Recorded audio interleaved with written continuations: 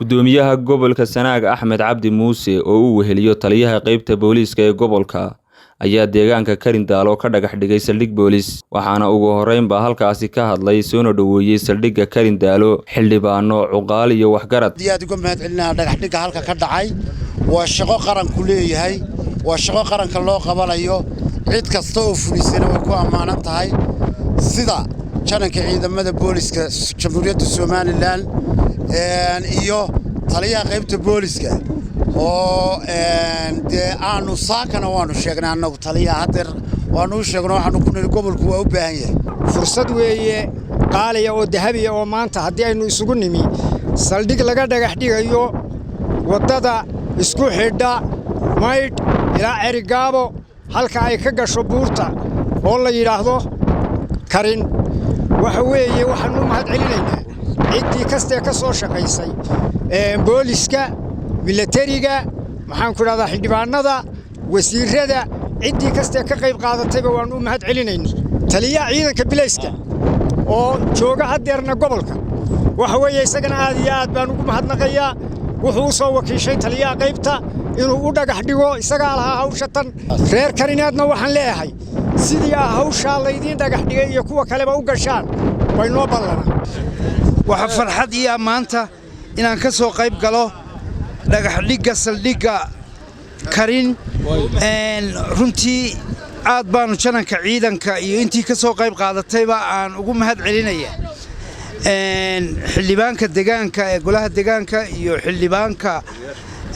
baarlamankaba dhankooda waxa iyaguna halkaasi ka hadlay taliyaha qaybta booliiska ee gobolka Sanaag Saleebaan Ducaale Ubaxle iyo gudoomiyaha gobolka Sanaag Axmed Cabdi Muuse dhagax dhigga saldhigga booliiska degmada tuulada Karin bulshooyinka Karin ku nool oo dhan waxaan mar labaad maanta halkan ka sii hambalyeeynaya oo bulshada u sheegaya Jamhuuriyadda Soomaaliland iyo kuwa Cerigaabo ku noolba gaar ahaan in ay bulshada ku nool Karin ay tahay bulshooyinka ugu wacan gobolka Sanaag dega haday tahay xagga nabadgelyada waxaan ka hambalyeeynaya xagga nabadgelyada gaar ahaan caqaashooda iyo waxgaradka ka soo jeeda ee wada shaqaynta buluusaanaga dhaxayso anigoo maanta ku faraxsan inaan saldhigii buluuska haddaad Karin maqasho horta maxaa bulshada waxa loo sheegay Soomaaliland Karin haddaad xasuuso markaad Karin lagu maqlo Karin xagee bay ku taallaa waxaan Karin waxay ku taallaa wadada loo maro xeebta ama maydh iyo daalo waa boqcad muhiima waa wada qaali ah waa meesha kaliya ee maanta quruxdeeda cid waliba markaanu laami ka dhigno haddii Ilaahay ka dhigto ay u soo xiisoon doonto waxaan halkan ka dhagax dhigayaa anigoo ka wakiil ah taliyaha ciidanka booliiska Jamhuuriyadda Soomaaliya soo wakiishay oo shaqo u jooga gobolka Sanaag maanta inuu isagoo hawl adag ku jira awgeed uu yiraahdo anoo taliyihiisa qaybta ah soo dhagax dhig oo wakiil iga noqo saldhiggii booliiska ee degmada Karin waxaanu leenahay hambalyo saldhiggaas waa hambalyo bulsho hadday meel ku nooshahay waa inay heshaa waxyaalihii amniga ugu horeeya daruuriga ugu horeeya waa amniga ilaahay baa mahad leh marka koowaad iyo marka labaadba marka labaadna waxaan u mahadnaqaynaa taliyaha guud ee ciidanka qaranka Jamhuuriyadda Soomaaliland ee booliiska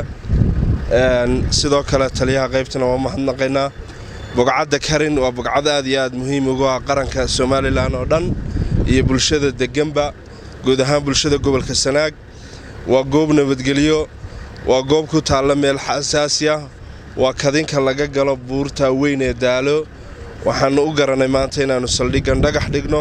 cid walba ka soo qayb qaadatay oo uu horeeyo taliyaha ciidanka qarankuna waa ugu hambalyeeynaa waana ugu ducaynaynaa